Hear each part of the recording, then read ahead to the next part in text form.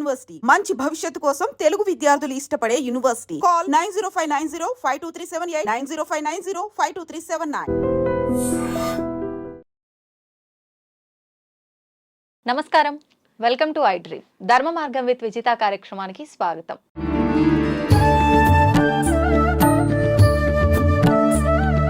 ప్రస్తుతం మనతో పాటు ఉన్నారు ప్రముఖ సామాజిక ఆధ్యాత్మికవేత్త లక్కరాజు నిర్మలమ్మ గారు. అమ్మగారితో మాట్లాడి మరిన్ని ఇంట్రెస్టింగ్ టాపిక్స్ అడిగి తెలుసుకుందాం, మంచి మంచి విషయాలు, మంచి మంచి కబుర్లు మాట్లాడుకుందాం. అమ్మ నమస్తే. నమస్తే మా. నమస్తే. చూడగానే లక్ష్మీదేవిని చూసినట్టు కలకలాడుతూ నవ్వుతూ అసలు క్వశ్చన్ ఏం అడగాలో కూడా అయ్యో, నువ్వేమని అడుకోవచ్చు, పర్వాలేదు, నువ్వేం అడిగినా చెప్తారు. మీరు ఒక్క నవ్వు నవ్వగానే కథ అంతా అలా అయిపోయింది. ఇలా నా నవ్వు అంటే నాకు గుర్తొచ్చింది.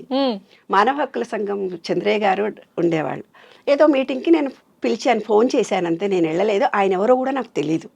ఆయన ఫోన్ నెంబర్ తెలుసు. నేను ఫోన్ చేసి మీరు రండి సార్ అని అన్నాను. ఆయన మీటింగ్లోకి వచ్చి ఏం చెప్తున్నా తెలిసిన, ఆవిడ నవ్వు నన్ను ఆకర్షించింది అన్నాడు. ఆ నవ్వుతో ఆవిడ మాట్లాడే మాటలు విని నేను వచ్చాను అన్నాడు. కాబట్టి అందరికీ ఎందుకో నచ్చుతుంది నాన్న. శంకర్ నారాయణ గారు కూడా చాలా సార్లు అంటాడు, ఆవిడ మనసులో ఎన్ని కష్టాలు ఉంటాయో మాకు తెలీదు, ఇంత మెంటలీ రిటార్డెడ్ స్కూలు, ఆమె గుండెలో ఎన్ని బాధలు ఉన్నాయో మాకు, ఆమె నవ్వుతూ జీవితం హ్యాపీగా గడుపుతుంది, ఆమెంత అదృష్టవంతురాలు లేరు అంటారు. నిజంగా నా నవ్వు అందరూ అంటారు, ఆ నవ్వు మాకు ఇష్టం తెలియదు నాన్న. అడగండి ఏదో క్వశ్చన్ మరి. అదే అడుగుతా. అమ్మ, మామూలుగా మనం పూజలు చేసినప్పుడు, ఏ పూజ చేసినా కూడా లలితా సహస్రనామాలు చదివేటప్పుడైనా, ఇంకేవైనా నామాలు చదివేటప్పుడైనా ఖచ్చితంగా దానికి ముందు ఒక శ్లోకం చదివిన తర్వాతే ప్రారంభిస్తుంటాము. ఎందుకమ్మా, దాని వెనకాల ఏదైనా రీజన్ ఉందా? నాకు కూడా అర్థం కాలేదే తల్లి. నాకు చింతలపూడి ఆశ్రమం గురువు గారు మంత్రోపదేశం చేశారు. ఆయన ఒక శ్లోకం చదవమన్నాడు. హస్త్రేంద్రాననమిందు చూడవరును చే, ఎందుకు ఈ శ్లోకం చెప్పాడు నా, శ్లోకం చదవమంటాడు ఎందుకు అని అనుకునేదాన్ని. శ్లోకం చదవను, డైరెక్ట్గా నేను జపం చేసుకుంటాను అనుకునేదాన్ని నేను. తర్వాత నేను ఈ మధ్య రీసెర్చ్ చేసినప్పుడు నాకు తెలిసింది ఏంటి నాన్న అంటే, ఎప్పుడైతే ఈ అనంత విశ్వంలో ఉన్న ఎనర్జీని మన ఎనర్జీ లెవెల్స్కి దగ్గరగా తీసుకొని వచ్చి ఆకర్షించాలి అన్నప్పుడు అదొక ఫీలింగ్తో ఇవ్వాలి. శ్లోకము, పద్యము, పాట అనేది నీకు ఒక ఫీలింగ్తో ఇస్తాం. అరుణాం కరుణాతరంగితాక్షి ధృత పాశాంకుశ పుష్ప బాణ చాపాం అణిమాది విరావృతాం మయూఖై అహమిద్యేవ భవానీ అని అన్నప్పుడు ఒక లయగా వస్తుంది కదమ్మా. శ్రీదేవి ఖడ్గమాలతి హ్రీంకారాసన గర్భితానలశికాం సౌం క్లీం కళాం బిభ్రతీం సవర్ణాంబరశోభితాం అలా వచ్చేస్తుంది. అలా మనం స్టార్ట్ చేసినప్పుడు, ఆ శ్లోకం చేసినప్పుడు దేవుడికి తొందరగా ఎనర్జీ లెవెల్స్ వచ్చేస్తాయి. నేను చెప్పాను కదా, మనకులో consciousness, sub consciousness, super consciousness. ఈ సబ్ కాన్షియస్ మైండ్ అనేదానికి ఫీలింగ్ మాత్రమే వస్తుంది. దేవుడు ఏ దేవుణ్ణి అయితే నువ్వు కోరుకున్నావో పూర్తి సర్వసమర్పణగా, నాయన నీవే ఉన్నావు, నాకు తెలీదు, నేను ఈ కష్టంలో ఉన్నాను, నువ్వు వాదుకో, పూర్తి శరణాగతి అయిపోయాను. భక్త ప్రహ్లాద సినిమాల్లో, కొన్ని సినిమాలో ఇది ఇసిరేస్తాడు, బిడ్డలు కూడా చంపేస్తాడు. ఆ సినిమాలలో మనం చూస్తూ పోతుంటాం. ఆ భక్తి పారవశ్యంలో వాళ్ళు ఏం చేస్తున్నారో తెలియదు. ఆ సబ్ కాన్షియస్ మైండ్ భగవంతుడి లెవెల్స్లో ఈ సబ్ కాన్షియస్ మైండ్ ఫీలింగ్ తెలుసు కాబట్టి ఆయనతో మమేకమైపోయి ఆయనను శరణు వేడుకుంటారు. కానీ ఇక్కడ ఏం జరుగుతుందో ఫిజికల్ బాడీలో జరుగుతున్నాయని మర్చిపోతారు. అంటే భగవంతుణ్ణి మనం చేరుకోవడానికి తప్పని పరిస్థితుల్లో ఆ లెవెల్కి మనం వెళ్ళాలి. అంటే ఖచ్చితంగా మనం ఒక పాటలు పాడిన అన్నమయ్య కానీ, మరి ప్రతి పాటలు పాడిన వాళ్ళందరూ దైవాన్ని చేరుకున్నారు కదా. ఆ దేవుడు వాళ్ళ కళ్ళెదురుగొచ్చి పాటలు పాడు అని కూడా అడిగారు కదా, అదంతా ఫీలింగే. కానీ భగవత్ శక్తితో మమేకమైపోయారు. నేను చెప్పాను, ఒక ఎనర్జీ, ఆ ఎనర్జీ లెవెల్కి మన సబ్ కాన్షియస్ మైండ్ వెళ్ళి నువ్వు ఏ రూపంలో ఉన్నా ఆ సబ్ కాన్షియస్ మైండ్కు ఫీలింగ్ తెలుసు. ఒక ఉదాహరణ చెప్తాను నాన్న, నీకు అర్థం కాకపోతే ఇంకొక చిన్న ఉదాహరణ చెప్తా. అలాగేమ్మా. పాత సినిమాలు ఉన్నాయి. పాత సినిమాలో ఎవరో హాస్పిటల్లో పడి ట్రీట్మెంట్ తీసుకుంటుంటారు. పాత సినిమాలు, మా అప్పటి సినిమాలు తల్లి, ఇప్పుడు కాదు. పాత సినిమాల్లో ప్రతిదీ అక్కడ ట్రీట్మెంట్ తీసుకుంటూ ఉంటాడు, అక్కడెక్కడో యుద్ధం చేస్తుంటాడు, అక్కడేదో పడిపోయి అన్కాన్షియస్ ఈడ దేవుడి పాదాలు పట్టుకొని ఓ అని ఒక శ్లోకం పెట్టి పాటలు పాడుతూ ఉండేది. నాయన నీవే ఉన్నావు, నిన్నే ఒక పామునో ఒక దేవతనో ఒక వెంకటేశ్వర స్వామినో ఏదో పూజలు చేస్తూ ఉండేవాళ్ళు. ఒక పాట పాడగానే వాళ్ళు బాగా అయిపోయేవాళ్ళు. ఎందుకంటే అప్పుడు మా ఫ్రెండ్స్ అందరూ తుంటరోళ్ళు ఉంటారు కదా, వాళ్ళందరూ అనేవాడు ఎవరికైనా జబ్బు చేసి జ్వరం వస్తే ఒక పాట పాడండి తగ్గిపోతుంది.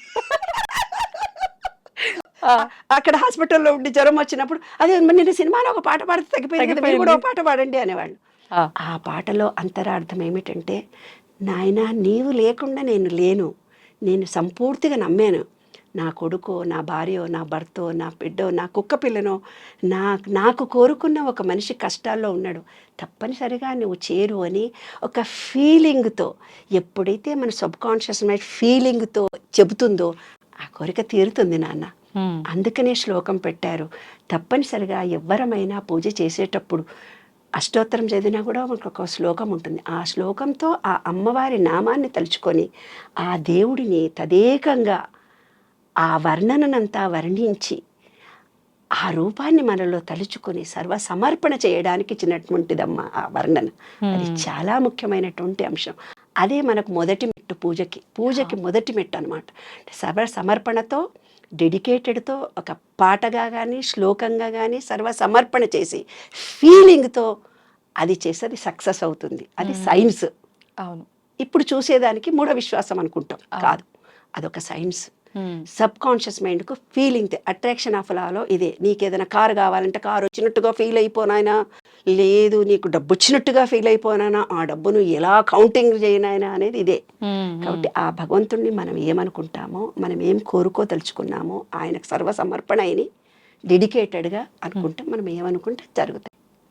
అది సబ్ కాన్షియస్ మైండ్కు ఫీలింగ్ తెలుసు. ఇంకొక బ్యాడ్ కూడా చెప్తాను దీనికి. బ్యాడ్ కూడా ఉంది. బ్యాడ్ కూడా ఉంది. ఏంటమ్మా? ఒక బస్సు నీళ్ళల్లో పడి చచ్చిపోయాడు. ఒక బస్సు పడిపోయింది. ఇంకో డ్రైవర్ ఇక్కడ కూర్చొని అనుకుంటాడు, ఏమనుకుంటాడు తెలిసిన, నేను కూడా కరీంనగర్ రోడ్డు మీద నుంచే పోతా, నేను కూడా రాత్రి 12 గంటలకే పోతా, నేను పోతుంటే చెరువే ఉంటుంది, నేను కూడా ఎప్పుడో చెరువులో. ఆ టీవీలో చూస్తాడు, పేపర్లో చదువుతాడు, సెల్ ఫోన్ పక్కన పెట్టుకొని వింటూ ఉంటాడు. సాయంత్రం పోతాడు, బస్సు స్టార్ట్ చేస్తాడు, అప్పటికే తాగుంటాడు, పోతే డైరెక్ట్గా చెరువులకే తీసుకెళ్ళిపోతాడు. ఎందుకు? ఫీలింగ్ పొద్దుటే ఆ నెగటివ్ వేవ్స్ విశ్వంలో ఉన్నాయి.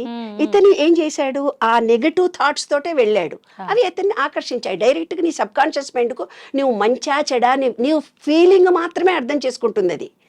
దాంతో అతను డైరెక్ట్గా ఇంజనీరింగ్ కాలేజీ పిల్లలు నన్ను ఎప్పుడు ఇదే అడుగుతారు. ఒక హత్య కేసు మానహత్య జరిగినప్పుడు జరిగింది, ఒక కులం హత్య అక్కడెక్కడ జరిగింది, ఇక్కడ ఇంకోటి జరిగింది, ఒక బస్సు పడంగానే ఇంకోటి జరుగుతుంది, ఎందుకు అని. ఇదే అనమాట సబ్ కాన్షియస్ మైండ్కు ఫీలింగ్ తెలుసు. అందుకనే కొంతమంది అమ్మలు చాలామంది టైంపాస్గా కూర్చొని టీవీ చూస్తుంటారు. అవును. మధ్యాహ్నం అంతా కూర్చొని ఏదో సీరియల్ చూసింటారు. సీరియల్ చూసినాక ఒక అడ్వర్టైజ్మెంట్ వస్తుంది, నీ కాళ్ళు నొప్పులు అవుతాయి, నీవు యంత్రం కట్టుకుంటే బాగా అవుతుంది, ఏవో అడ్వర్టైజ్మెంట్లు వస్తుంటాయి కదా. అమ్మో నాకు కూడా కాళ్ళ నొప్పులు వస్తాయి, డాక్టర్ దగ్గర పోవాలి, కాళ్ళ నొప్పులు వచ్చినాయి అనుకుంటా ఆ రోజంతా తిరుగుతుంది. తీరా ఆమెకు అనుకోకుండా కాళ్ళు నొప్పులే వస్తే అటువంటి డాక్టర్ దగ్గరికే వెళ్తారు. అదే టైం పాస్ కూర్చొని టీవీ చూసినందుకు ఆ అడ్వర్టైజ్మెంట్ ఆమె మనసులో సబ్ కాన్షియస్ మైండ్లో రికార్డ్ అయినందుకు అది జరుగుతుంది. అమ్మ ఒకటి అడుగుతా, తప్పుగా అనుకోవద్దు. ఏం పర్లేదు తల్లి. అంటే ఇప్పుడు మనం ఏదనుకుంటే అది అయిపోతుంది. నేను ఒక కోటీశ్వరాలని కావాలి, నేను ఒక మేడ కట్టాలి, ఒక ఇల్లు కట్టాలి, లేకపోతే నేను 10 తులాలు బంగారం కొనుక్కోవాలి, నేను ఇదే అనుకుంటూ ఉన్నా. అనుకోగానే అయిపోద్దమ్మా, నాకు ఆ స్తోమత ఉండాలి కదా. జరగదు. ఎలా జరుగుతుంది? జరుగుతాయి, జరిగే అవకాశాలు ఉన్నాయి. ఇప్పుడు నువ్వేమనుకున్నావు, ఒక పెద్ద ఇల్లు కావాలనుకున్నావు, ₹1 కోటి కావాలనుకున్నాం, నీ ఇద్దరం అనుకుందాం. నేను ₹1 కోటి కావాలనుకున్నా, నాకు కూడా వచ్చేసారు, మీరు కూడా అనుకున్నాం. ఇది ఎలా తెలిసిన, నిన్న ఒక వాకింగ్లో ఒక ఆయన నాకు కనపడ్డాడు. నేను విశ్వ నియమాల మీద నేను చేశాను, ఏదనుకుంటే జరుగుతుంది అని అన్నాను నేను. అంటే ఆయన ఇమీడియట్గా మా ఇంటికి వచ్చాడు. అమ్మ పుస్తకం తీసుకున్నాను నేను, మీ ఇంటికి వస్తున్నా, మీరున్నావా, ఓయూకి వచ్చావా వాకింగ్ అని అడిగాడు. రాలేదండి, వాళ్ళు ఇప్పుడే వాకింగ్ నుంచి ఇంటికి వచ్చాను అని. అయితే నేను ఇంటికి వస్తున్నానమ్మా అన్నాడు. ఒక పుస్తకం నా చేతిలో పెట్టాడు, ఆయన పేరు చెప్పకూడదు, హీఈస్ పాపులర్ ఫిగర్. ఓకే. ఆ పుస్తకం నా చేతిలో పెట్టిన తర్వాత మీరు ఏమనుకుంటే జరుగుతుందండి ఇవాళ అని అన్నాను.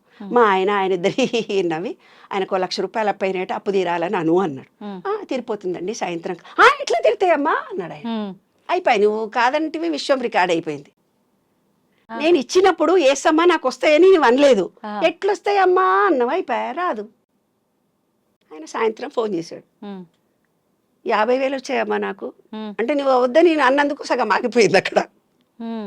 కాబట్టి ఏ కోరికనన్నా నువ్వు కోరినప్పుడు ఎప్పుడో నీవు అనుకుంటావు నాకు వచ్చేదా చచ్చేదా, ఇది అనుకుంటే జరుగుతుందా, అంత డబ్బు నా దగ్గర ఎక్కడది, ఎలా వస్తుంది, పోని డబ్బులు వస్తే కష్టాలు వస్తాయి, దాంతోటే గొడవలు అవుతాయి, ఇలాంటి పిచ్చి పిచ్చి నమ్మకాలు నీలో ఉన్నాయి. కాబట్టి నువ్వు కోరుకున్నావు, దాని వెనక బ్యాడింతుంది, చాటంతుంది, పూసల దండ అంతే. కాబట్టి నువ్వు అనుకునేదానికి నేను అనుకునేదానికి దాని వెనక ఉండే భావాలు రికార్డ్స్ ఉన్నాయి కదా, వాటి మీద ఆధారపడి ఉంటుంది నాన్న.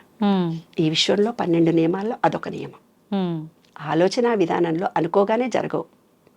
అంటే ఉద్యోగం రావాలంటే కనీసం అప్లికేషన్ పెట్టాలి కదా, ప్రయత్నం ఖచ్చితంగా ఉండాలి, ప్రయత్నం ఒకటి చెయ్యాలి కదా. అవునమ్మా. అలాగా నీవు కొంతమందికి దానం డబ్బులు ఇస్తే డబ్బులు వస్తాయి, ప్రేమ ఇస్తే ప్రేమ వస్తుంది.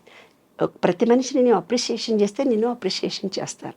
మనం ఏది ఇస్తే అదే వస్తుంది బంగారు తల్లి. మనం అనుకున్నవన్నీ జరగాలంటే జరగకపోవడానికి కారణాలు మనం ఏర్పరచుకున్న భావాలు, మనం ఏర్పరచుకున్న నమ్మకాలు. ఉద్యోగం వస్తుంది పోనా నేను ఈ హెల్ప్ ఎట్లొస్తుంది అంటే అక్కడే కూర్చొని ఎందుకు ఆ మాట అన్నావో చెప్పనా, అది నీ తప్పు కూడా కాదు. చిన్నప్పటి నుంచి మనం పెరుగుతూ ఉన్నప్పుడు మన ఇంట్లో అమ్మా నాన్ననే కష్టపడాలిరా, నువ్వు కష్టపడకపోతే కాదురా, నువ్వు కష్టపడితేనే నీ బ్రతికెళ్తుందిరా, నువ్వు కష్టపడకుంటే. అదే ఐఏఎస్ ఆఫీసర్ ఇంట్లో పిల్లల్ని ఏమంటాడు తెలిసిన, మేమందరం ఐఏఎస్ అయినా నువ్వు కూడా ఐఏఎస్ అయిపోతావు అంటే వాడు నిజంగా ఐఏఎస్ అవుతాడు. ఎందుకు వాడు సబ్కాన్షియస్ మైండ్లో నేను ఐఏఎస్ అవుతానన్న ఫీలింగ్ చిన్నప్పటి నుంచి పడ్డది.